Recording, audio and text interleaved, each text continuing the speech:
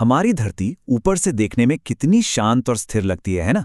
लेकिन इसके ठीक नीचे गहराई में कुछ बहुत ही शक्तिशाली और उथल-पुथल वाली भूगर्भीय ताकतें लगातार काम कर रही हैं। नमस्कार, स्रोत सामग्री पर आधारित आज के इस खास एक्सप्लेनर में हम एक ऐसे विषय पर बात करेंगे जो जितना डरावना है उतना ही दिलचस्प भी, भूकंप। हम सिर्फ उन इमारतों के गिरने की बात नहीं करेंगे जो सतह पर दिखती हैं। जरा इस बात पर गौर कीजिए। शुरुआती झटके इतने तेज थे कि चलते हुए इंसान के कदम वहीं रुक जाएं। लगभग 3.5 मिनट बाद जब तेज झटके रुकें, तब जाकर लोगों में रिएक्ट करना शुरू किया। ये 1964 के अलास्का भूकंप के दौरान एक भूविज्ञानी का आंखों देखा हाल था। सोचिए, 3.5 मिनट तक लगातार धरती का हिलना। ये कोई छोटी बात नहीं है। ये हमें याद दिलाता है कि जब प्रकृति अपनी पूरी ताकत दिखाती है तो इंसान कितना बेबस हो जाता है। भूकंप सिर्फ सिस्मोग्राफ पर बनी कुछ टेढ़ी-मेढ़ी लाइनें नहीं हैं। ये एक भयानक हकीकत है जो पलक झपकते ही पूरी दुनिया को रोक सकती है। अलास्का भूकंप के तुरंत बाद टर्न अगेन हाइट्स में हुए भूस्खलन के उदाहरण को ही ले लीजिए। जब जमीन के नीचे सालों से जमा हो रही भारी ऊर्जा अचानक से रिलीज होती है तो सतह पर बिल्कुल ऐसा ही मंजर होता है। कंक्रीट की पक्की सड़कें और मजबूत इमारतें ताश के पत्तों की तरह बिखर जाती हैं। तबाही के इस प्रभाव को समझने के बाद हमारा अगला कदम ये जानना है कि आखिर ये सब शुरू कहाँ से होता है। जमीन के नीचे असल में ऐसा क्या टूटता है? और यहीं से आता है हमारा पहला भाग, क्रस्टल फ्रैक्चर, यानी भूकंप का असली मैकेनिज्म। देखिए, हमारी पृथ्वी की ऊपरी सतह कोई एक सिंगल सॉलिड शेल नहीं है। ये एक टूटे हुए अंडे के छिलके की तरह कई टेक्टोनिक प्लेटों में बटी हुई है जो लगातार खिसक रही हैं। और इसी खिसकने से पैदा होता है जबरदस्त स्ट्रेस। जब ये स्ट्रेस चट्टानों की बर्दाश्त से बाहर हो जाता है तो पृथ्वी की पपड़ी में दरारें आ जाती हैं, जिन्हें हम फॉल्ट्स कहते हैं। इसमें 2 तरह के फॉल्ट समझना सबसे जरूरी है। पहला है स्ट्राइक स्लिप फॉल्ट, जहां जमीन के 2 बड़े ब्लॉक हॉरिजॉन्टली यानी एक दूसरे के विपरीत दिशा में खिसकते हैं, जैसे कैलिफोर्निया का मशहूर सैन एंड्रियास फॉल्ट। और दूसरा है डिप स्लिप फॉल्ट, जहां ये ब्लॉक वर्टिकली यानी ऊपर या नीचे की तरफ खिसकते हैं। अब इन दोनों तरह की गतियों के पीछे का विज्ञान बहुत दिलचस्प है। होता क्या है कि चट्टानें आपस में फंसी रहती हैं, लेकिन उनके पीछे की प्लेटें खिसकती रहती हैं। इससे तनाव सालों साल बल्कि सदियों तक एक रबर बैंड की तरह खिंचता रहता है। फिर अचानक स्नैप! चट्टानें इस भारी दबाव को सह नहीं पाती, टूटती हैं और एक नई पोजीशन में झटके से सेट हो जाती हैं। इस अचानक टूटने से जो अपार ऊर्जा निकलती है ना, वो पूरे ग्रह को ऐसे कंपा देती है जैसे किसी ने एक बहुत बड़ी घंटी बजा दी हो। तो ये घंटी बजने की आवाज या कहें ये ऊर्जा सतह तक कैसे पहुंचती है? इसका सीधा सा जवाब है भूकंपीय तरंगें या सिस्मिक वेव्स। जब जमीन के नीचे वो स्नैप होता है तो उससे जबरदस्त वाइब्रेशंस पैदा होती हैं। यही वो मुख्य तरीका है जिससे गहराई में छुपी विनाशकारी ऊर्जा सतह तक आती है। और सबसे खास बात यह है कि ये तरंगें पृथ्वी के अलग अलग हिस्सों से अलग अलग स्पीड में ट्रैवल करती हैं। यहीं से शुरू होता है हमारा दूसरा हिस्सा, तरंगों की दौड़। पी तरंगे बनाम एस तरंगे।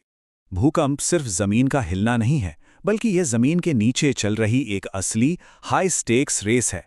इस रेस में 2 मुख्य प्रतियोगी हैं। पहली है पी तरंगें यानी प्राइमरी वेव्स। इनकी स्पीड कमाल की होती है, लगभग 7 किलोमीटर प्रति सेकंड। ये प्रेशर वेव्स हैं जो चीजों को सीधे आगे की तरफ धकेलती हैं और सतह पर एक तेज झटके के रूप में सबसे पहले पहुंचती हैं। इसके बाद आती हैं एस तरंगें या सेकेंडरी वेव्स। ये थोड़ी धीमी होती हैं, करीब 4 किलोमीटर प्रति सेकंड की रफ्तार से चलती हैं। लेकिन असली विलेन यही हैं। एस तरंगें जमीन को समकोण या राइट एंगल्स पर विस्थापित करती हैं, जिससे वो विनाशकारी रोलिंग मोशन पैदा होता है जो सबसे ज्यादा नुकसान पहुंचाता है। पृथ्वी के अंदर से गुजरने वाली इन तरंगों का रास्ता बड़ा ही फैसिनेटिंग है। तेज पी तरंगें और धीमी एस तरंगें दोनों ही गहराई से होकर गुजरती हैं। लेकिन एक बड़ा फर्क है, केवल पी तरंगें ही पृथ्वी के एकदम बीचों बीच मौजूद पिघले हुए कोर से होकर आर पार जा सकती हैं। एस तरंगें वहां से नहीं गुजर पाती। ये छोटी सी डिटेल वैज्ञानिकों के लिए एक बहुत बड़ा सुराग है, क्योंकि इससे उन्हें ठीक ठीक पता चल जाता है कि भूकंप का असली केंद्र कहाँ था और वो कितनी गहराई में आया था। अब आते हैं तीसरे भाग पर, इस भयानक प्रभाव को मापना। जमीन के नीचे हुई इस भूमिगत दौड़ के दौरान कितनी भारी ऊर्जा निकली, इसे मापने के 2 मुख्य तरीके हैं। पहला है रिक्टर स्केल, जो कि लॉगैरिथमिक होता है। इसका सीधा सा मतलब है कि रिक्टर स्केल पर 7 की तीव्रता वाला भूकंप 6 वाले भूकंप से पूरे 10 गुना ज्यादा शक्तिशाली होता है। यह सिर्फ निकलने वाली ऊर्जा को मापता है। वहीं दूसरा है मॉडिफाइड मर्कली स्केल। ये इस बात पर फोकस करता है कि नुकसान कितना हुआ और लोगों ने क्या महसूस किया। इसे रोमन अंक को I से 12 तक मापा जाता है। मान लीजिए अगर किसी सुनसान जगह पर बहुत बड़ा भूकंप आए तो रिक्टर स्केल पर नंबर बहुत बड़ा होगा, लेकिन मर्कली स्केल पर तीव्रता कम होगी क्योंकि भौतिक नुकसान कुछ नहीं हुआ। और अब हमारा चौथा और बहुत ही अहम भाग, अर्ली वार्निंग सिस्टम, भूकंपीय तरंगों से हमारी दौड़। हमने देखा कि विनाशकारी एस तरंगें 4 किलोमीटर प्रति सेकंड से चलती हैं और तेज लेकिन कम नुकसानदायक पी तरंगें 7 किलोमीटर प्रति सेकंड से। बस यही वो अंतर है जिस पर आज की पूरी अर्ली वार्निंग टेक्नोलॉजी टिकी है। जापान मौसम विज्ञान एजेंसी जैसे संस्थान इसी स्पीड गैप का इस्तेमाल करते हैं। वो जो 3 किलोमीटर प्रति सेकंड का फर्क है ना, वही हमें वो चंद कीमती सेकंड देता है जिसमें हम तबाही आने से पहले कुछ कर सकते हैं। ये सच में इंसान और कुदरत की रफ्तार के बीच की रेस है। ये पूरी प्रक्रिया बस कुछ ही सेकंड्स में होती है। सबसे पहले सिस्मोग्राफ उस तेज, हानिरहित पी तरंग को डिटेक्ट करते हैं।